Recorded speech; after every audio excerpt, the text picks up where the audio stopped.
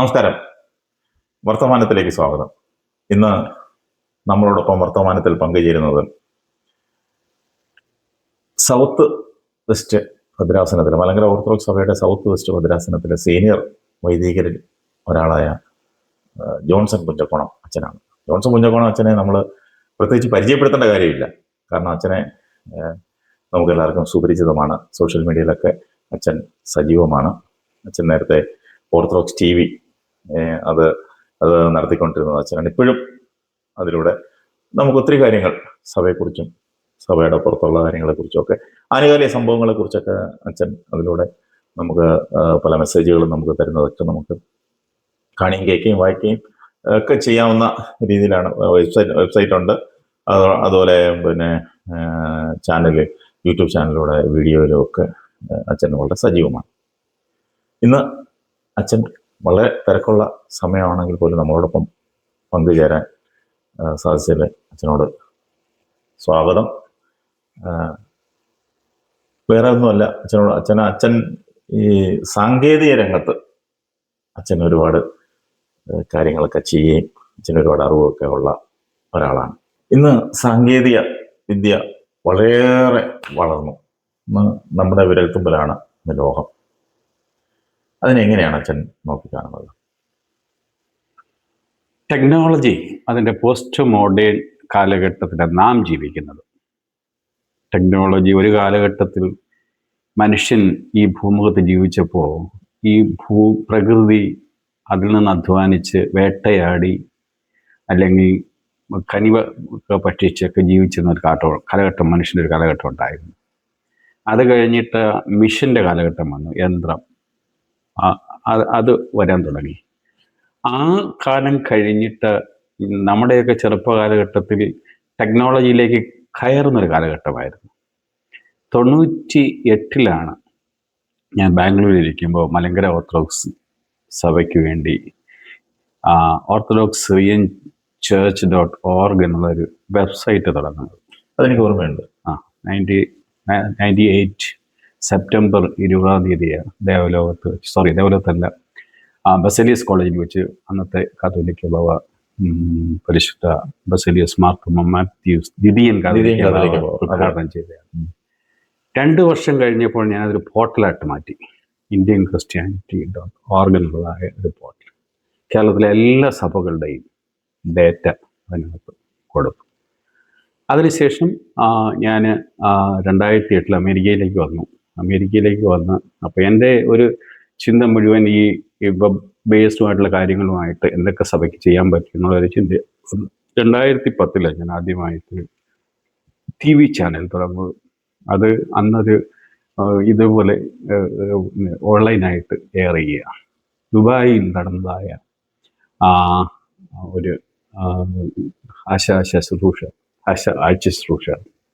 Live ചെയ്തു. അത് റേഡിയോയിലൂടെ, ഇന്ത്യൻ ഓർത്തഡോക്സ് റേഡിയോയിലൂടെ ലൈവ് ചെയ്തു. റേഡിയോയും ഉണ്ട്. അന്ന് റേഡിയോ തുടങ്ങണം ആദ്യം. പക്ഷെ അന്ന് യൂട്യൂബ് ഉണ്ട്. യൂട്യൂബ് റേഡിയോ ലൈവായിട്ട് ബ്രോഡ്കാസ്റ്റ് ചെയ്യും. അത് ദുബായിൽ നിന്ന് ബ്രോഡ്കാസ്റ്റ് ചെയ്യും. ഞാൻ ഇവിടെ നിന്ന് ന്യൂസ് വായിച്ചു വിടും. ദുബായിലിരുന്ന് അവിടുന്ന് അത് ബ്രോഡ്കാസ്റ്റ് ചെയ്യും. ട്യൂണിൻ വഴി ബ്രോഡ്കാസ്റ്റ് ചെയ്യുന്ന ഒരു പരിപാടിയായിരുന്നു. ആ വർഷത്തെ ഈ ഈസ്റ്റർ ശുശ്രൂഷ ഇതേപോലെ ബ്രോഡ്കാസ്റ്റ് ചെയ്ത് കഴിഞ്ഞപ്പോൾ സൗദിയിലുള്ളതായ എൻ്റെ ഒരു ഫ്രണ്ട്, മദ്രാസിലുള്ള ഞാൻ പ്രതിവാക്കത്തിരുന്നപ്പോൾ ഉണ്ടായിരുന്ന ഒരു ഫ്രണ്ട് എന്നോട് പറഞ്ഞു, വെച്ചാൽ ഞാൻ സൗദിയിലിരുന്ന് ഇതിൽ ഈസ്റ്ററിൻ്റെ ശുശ്രൂഷ ഞങ്ങൾക്ക് ലൈവായിട്ട് കാണാൻ പറ്റുന്ന സാഹചര്യം ഉണ്ടോ എന്ന് ചോദിച്ചു. അപ്പോൾ അതൊരു ചലഞ്ചിങ് ആയിട്ട് ഞാൻ എടുത്ത് പിറ്റേ വർഷം അത് വീഡിയോ ആയിട്ട് ലൈവ് ബ്രോഡ്കാസ്റ്റ് ചെയ്തു. അങ്ങനെ ഓർത്തഡോക്സ് TV തുടങ്ങാനുള്ള ഒരു സാഹചര്യം ഉണ്ടായിരുന്നു. അത് കഴിഞ്ഞിട്ട് TV ആയിട്ട് ഈ ഓൺലൈൻ ബ്രോഡ്കാസ്റ്റ് ചെയ്തു. അതിനുശേഷമാണ് ഇവിടെ ഒരു അമേരിക്കയിലൊക്കെ ഒരു സെറ്റപ്പ് ബോക്സ് ഉണ്ട്. അതിനകത്ത് എല്ലാ ചാനലും കിട്ടും. അതിലൊരു ചാനലായിട്ട് 2012 ബ്രോഡ്കാസ്റ്റ് ചെയ്യാൻ തുടങ്ങി. 24 hours ചാനലായിട്ട് ഓർത്തഡോക്സ് TV ബ്രോഡ്കാസ്റ്റ് ചെയ്തു. അതിനുശേഷം 2014 നമ്മുടെ അറ്റ്ലാന്റയിലുള്ള PI ജോയ് ഒരു സാറ്റലൈറ്റ് ചാനൽ എടുത്തു. അപ്പോൾ അതിനകത്ത് 21 ചാനലുണ്ട്. സാറ്റലൈറ്റ് ചാനൽ ഇവിടെ നമ്മുടെ പണ്ട് നാട്ടിലുണ്ടായിരുന്ന ദൂരദർശൻ പോലെ 21 ചാനൽ. അതിൽ 12 TV ചാനലും ബാക്കിയുള്ളത് റേഡിയോ സ്റ്റേഷൻ. അപ്പോൾ അതിൽ ഒരു ചാനൽ നമുക്ക് തന്നു, ഓർത്തഡോക്സ് TV. ഫ്രീ ആയിട്ട് തന്നു. Orthodox T V. Orthodox T V. ആഹാ. അപ്പൊ ആ ഒരു നമ്മുടെ സഭക്കാരനാ. സഭക്കാരന് മാന്യ കമ്മിറ്റിയും അംഗമായത് കുന്നംകുളംകാരനായി. പഴയ മാനേജ് കമ്മിറ്റി അംഗം. ആ ഒരു ചാനൽ കിട്ടിയപ്പോൾ നമ്മളത് ഇവിടെ ഒരു 24 hours ബ്രോഡ്കാസ്റ്റ് ചെയ്യുന്ന ഒരു ചാനലായിട്ട്, ഓൺ എയർ ചാനൽ, നമ്മൾ ഒരു ആൻറ്റീന വെച്ചാൽ വീട്ടിൽ ഇരുന്ന് കാണത്തക്കോണം അത് ഓൺ എയർ ചാനൽ തുടങ്ങി. അത് ഓർത്തഡോക്സ് ടി വി തുടങ്ങി. ഏകദേശം 2019 വരെ ഞാനത് 24 hours ബ്രോഡ്കാസ്റ്റ് ചെയ്തു. അപ്പോൾ ഇത് വൺ മാൻ ഷോ പോലായിരുന്നു നടത്തിക്കൊണ്ട് പോകുന്നത്. വീഡിയോ ഇതുപോലെ പോയി എടുക്കും, നമ്മൾ എഡിറ്റ് ചെയ്യും, ബ്രോഡ്കാസ്റ്റ് ചെയ്യും. കൂടെ പഴയ പ്രോഗ്രാമുകൾ, നാട്ടിൽ കേൾക്കുന്ന പ്രോഗ്രാമുകളൊക്കെ ചെയ്യുന്ന ഒരു രീതിയായിട്ടാണ് മുന്നോട്ട് പോയത്. അപ്പോൾ 2019 ഞാനിങ്ങനെ ഹോസ്റ്റലിലേക്ക് മാറി. അതിനുശേഷം പിന്നെ ജോലിയിലേക്ക് പ്രവേശിച്ചു. ചാപ്ലൈനായിട്ട് ഹോസ്പിറ്റൽ ജോലിയിലേക്ക് പ്രവേശിച്ചു.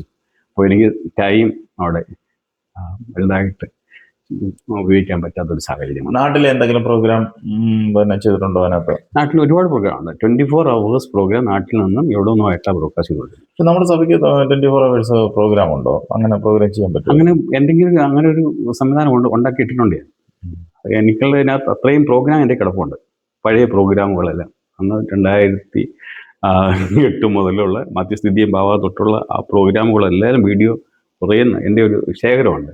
അത് വെച്ചാൽ ഇങ്ങനെ റൺ ചെയ്തുകൊണ്ടിരുന്നത്. പിന്നെ ലൈവായിട്ട് ഇൻ്റർവ്യൂകളും മറ്റുള്ള ഇതുപോലെ നിങ്ങൾ പോയി എടുക്കുന്ന ഇൻ്റർവ്യൂകളൊക്കെ പോയി എടുക്കുകയും ഒക്കെ ചെയ്ത് ബ്രോഡ്കാസ്റ്റ് ചെയ്യുന്നത്. അപ്പോൾ പഴയ ഇതെല്ലാം എടുക്കുമ്പോൾ ഒരു പിന്നെ അത് ബ്രേക്ക് ആവുന്നില്ല, കംപ്ലീറ്റ് രാവിലെ തൊട്ട് റീടെലികാസ്റ്റ് ചെയ്യും. നമ്മൾ ഓരോ ദിവസത്തെ പ്രോഗ്രാം ഷെഡ്യൂൾ ചെയ്തിട്ട് ഇന്ന ടൈമിൽ ഇന്ന പ്രോഗ്രാം വരുന്നപ്പം ഷെഡ്യൂൾ ചെയ്തിട്ടേക്കാം 24 hours.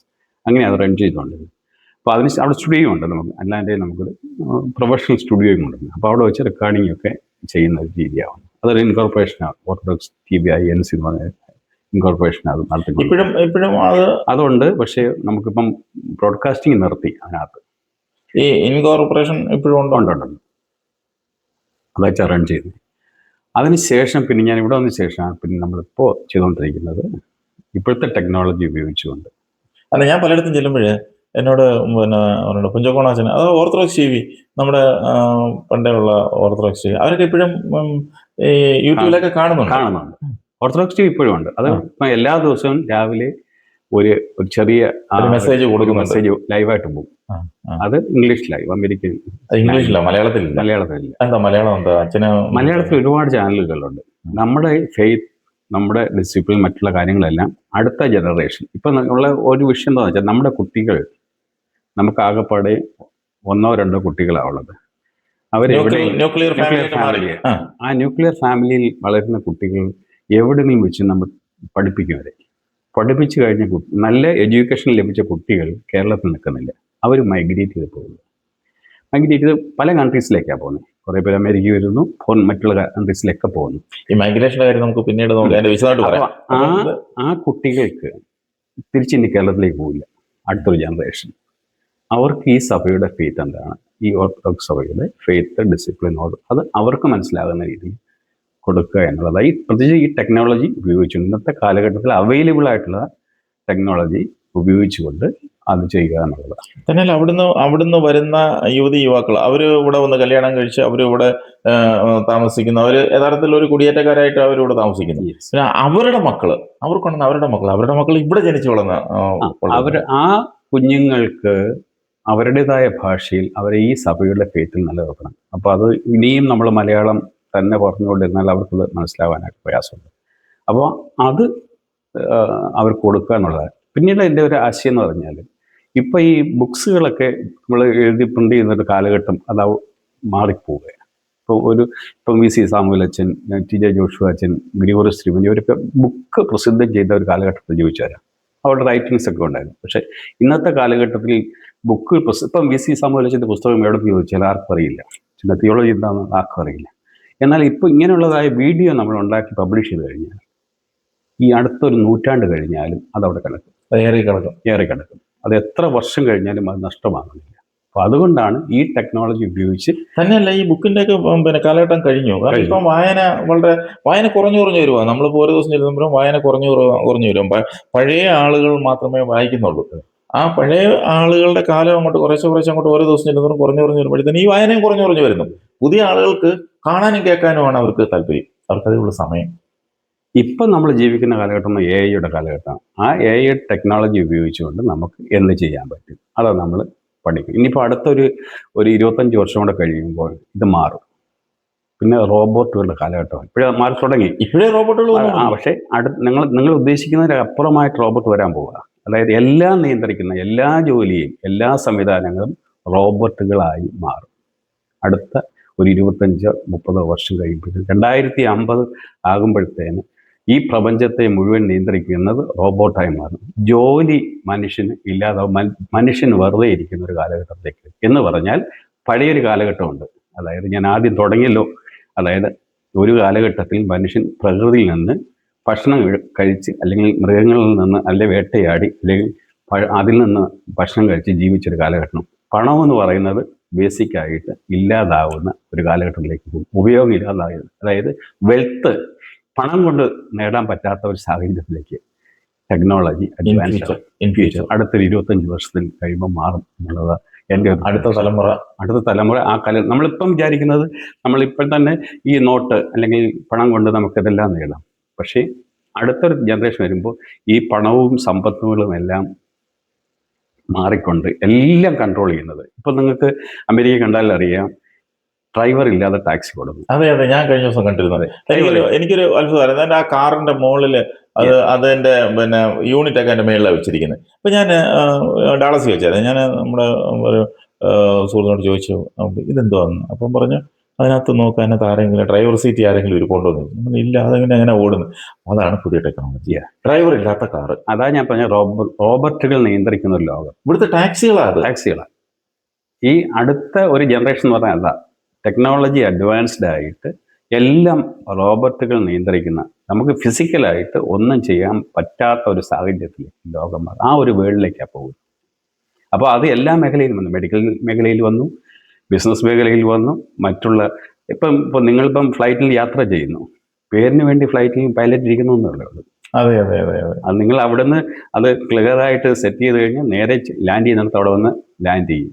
അതുകൊണ്ടാണ് പൈലറ്റുമാർ ഇറങ്ങിയൊക്കെ പോകുന്നതായിട്ട് നമ്മൾ കാണുന്നത്. അടുത്തൊരു ടെക്നോളജിയുടെ കാലത്ത് ഇതൊന്നും ഇല്ലാതെ, പൈലറ്റ് ഇല്ലാതെ ഫ്ലൈറ്റ് പോകുന്ന ഒരു കാലഘട്ടത്തിലേക്ക് എല്ലാം നിയന്ത്രിക്കുന്നത് റോബോട്ടുകളായിട്ട് മാറുന്ന ഒരു കാലഘട്ടത്തിലേക്കാണ് പോകുന്നത്. അച്ഛനെയും അമ്മയും ഒഴിച്ച് ബാക്കിയുള്ള എല്ലാം നിയന്ത്രിക്കും. മനുഷ്യന് ജോലി ചെയ്യാൻ സാഹചര്യം ജോലി ചെയ്യാൻ ഇല്ലാത്തതായ ഒരു സാഹചര്യം എല്ലാം ടെക്നോളജി ചെയ്യുന്നതായ ഒരു കാലഘട്ടത്തിലേക്ക് മാറുകയാണ് അടുത്ത്. ഇപ്പൊ തന്നെ ഇവിടെ അമേരിക്കയില് പിന്നെ പലയിടത്തും AI വന്നു. AIയുടെ ഇതായതുകൊണ്ട് ജോലി നഷ്ടപ്പെടും, ഏത് സമയത്തും ജോലി നഷ്ടപ്പെടാം എന്ന് വിചാരിച്ച് അത് അങ്ങനെ ആശങ്കപ്പെട്ട് കഴിയുന്ന ഒരുപാട് നമ്മുടെ ആളുകളുണ്ട്. ബാങ്കുകളിലെ, അതുപോലെ ഹോസ്പിറ്റലുകളിലൊക്കെ അവർ പറയുന്നത് AI ഏത് സമയത്തും ഞങ്ങളുടെ ജോലി പോകും. AIയുടെ കാലമായത്. AIയുടെ അഡ്വാൻസ്ഡ് കാലഘട്ടമാണ് ഞാൻ ഈ പറഞ്ഞ റോബോട്ട് എന്ന് പറഞ്ഞത്.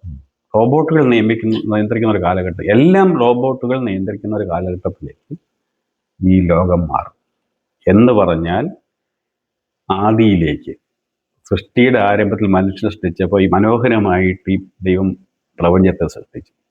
അത് മനുഷ്യന് വേണ്ടിയാണ്. അത് മനുഷ്യന് വേണ്ടിയാണ് 6 ദിവസം കൊണ്ട് പ്രകൃതി ഭംഗിയായിട്ടെല്ലാം ഉണ്ടാക്കുക. എന്നും ചീത്തയായിട്ട് ദൈവം ഈ പ്രപഞ്ചത്തെ സൃഷ്ടിച്ചു, എല്ലാം നല്ലതായിട്ടാണ് കണ്ടിട്ടുള്ളത്. അപ്പോൾ അതിലേക്ക് മനുഷ്യൻ തിരിച്ചു പോകും. അപ്പോൾ മനുഷ്യന് കൊടുത്തൊരു ശിക്ഷയായിരുന്നു എന്താ, നീ വിയർപ്പോടെ അധ്വാനിച്ച് ഈ ഭൂമിയിൽ ജീവിക്കേണ്ടി വരിക എന്നുള്ളത്. ഇനി ആ വിയർപ്പോടെ അധ്വാനിക്കേണ്ട ഒരു കാലഘട്ടം ഇല്ലാതാകുന്ന സാഹചര്യത്തിലേക്ക് ടെക്നോളജി അഡ്വാൻസ് ആകും. അപ്പം ദൈവത്തെ മറക്കും. ദൈവത്തിലേക്ക് തിരിച്ചു പോകാനുള്ള ഒരു അവസരമാണ്. അത് ശരി. ദൈവത്തിലേക്ക് തിരിച്ചു പോകാൻ ഈ ടെക്നോളജി, അതായത് ജോലി ചെയ്യേണ്ടാത്ത, ജോലി ചെയ്യാതെ എല്ലാം ഫ്രീ ആവുന്ന, അതാ അതിൻ്റെ പോസ്റ്റ് മോഡേൺ കാലഘട്ടത്തിൽ വരാൻ പോകുന്നത്. ഇതിപ്പോൾ നമുക്ക് പറഞ്ഞാൽ ഇപ്പം മനസ്സിലാവില്ല. കാരണം ജോലി ചെയ്യാനുള്ള സാഹചര്യം ഇല്ല, അധ്വാനിക്കുവാനുള്ള സാഹചര്യം ഇല്ലാത്തൊരവസ്ഥ. കാരണം എല്ലാം റോബോട്ടുകൾ ചെയ്താൽ പിന്നെ മനുഷ്യൻ്റെ ജോലി എന്തിനാണ്? അപ്പോൾ അങ്ങനെ ജീവിക്കാം. അതായത് ഞാൻ ഒരു വാചകം പറഞ്ഞു, നോട്ട് ഇല്ലാത്തൊരു കാലഘട്ടം. അപ്പോൾ നോട്ടിൽ നമ്മൾ ഈ പ്രകൃതിയിൽ നിന്ന് എല്ലാം സുലഭമായി ലഭിക്കുന്ന ഒരു കാലഘട്ടം, അത് നമുക്ക് ഉൾക്കൊള്ളാം. നിങ്ങൾക്ക് ഇപ്പോഴത്തെ കാലഘട്ടത്തിൽ, നമ്മളെ ആദ്യ കാലഘട്ടത്തിൽ ഫോണൊന്നും ഇല്ലായിരുന്ന ഒരു കാലഘട്ടമായിരുന്നു. ഫോണില്ല, ഗ്യാസ് ഇല്ല, കാളവണ്ടിയൊക്കെയായിരുന്നു നമ്മളെ കൊച്ചുനാളിലൊക്കെ. കാളവണ്ടിയായിരുന്നു. അത് കഴിഞ്ഞിട്ട് ഈ കാലഘട്ടം ഫോൺ വന്നു. ഫോൺ അഡ്വാൻസ്ഡ് ആയിക്കഴിഞ്ഞ് വീഡിയോ കോൾ വിളിക്കാം, നമ്മൾ ഏത് ലോകത്തിൽ നിന്ന് കണ്ട് സംസാരിക്കാം. ഈ കാലഘട്ടത്തിൽ അപ്പോൾ നമ്മൾ ചെയ്തുകൊണ്ടിരിക്കുന്നത്. ഒരു ചെറിയ ടെലിഫോൺ ഉണ്ട്. പണ്ട് നമ്മൾ റെക്കോർഡ് ചെയ്യണമെന്നുണ്ടെങ്കിൽ വലിയ ക്യാമറയും മറ്റുള്ള വലിയ setup ഒക്കെ കാര്യങ്ങളും വേണം. സംവിധാനങ്ങളുമാണ്. ഇപ്പം അതൊന്നും വേണ്ട. 2 ഫോണുണ്ടെങ്കിൽ നമുക്ക് ഇപ്പം ചെയ്യുന്ന പോലെ എല്ലാം ചെയ്യാം. അപ്പം അതിൻ്റെ അഡ്വാൻസ് ലെവലിലേക്കാണ് പോകുന്നത്. അപ്പോൾ ലോകം മാറുകയാണ്. ആ മാറുന്ന ലോകത്തിൽ അതിനൊപ്പം ജീവിക്കുവാൻ മനുഷ്യൻ മാറും.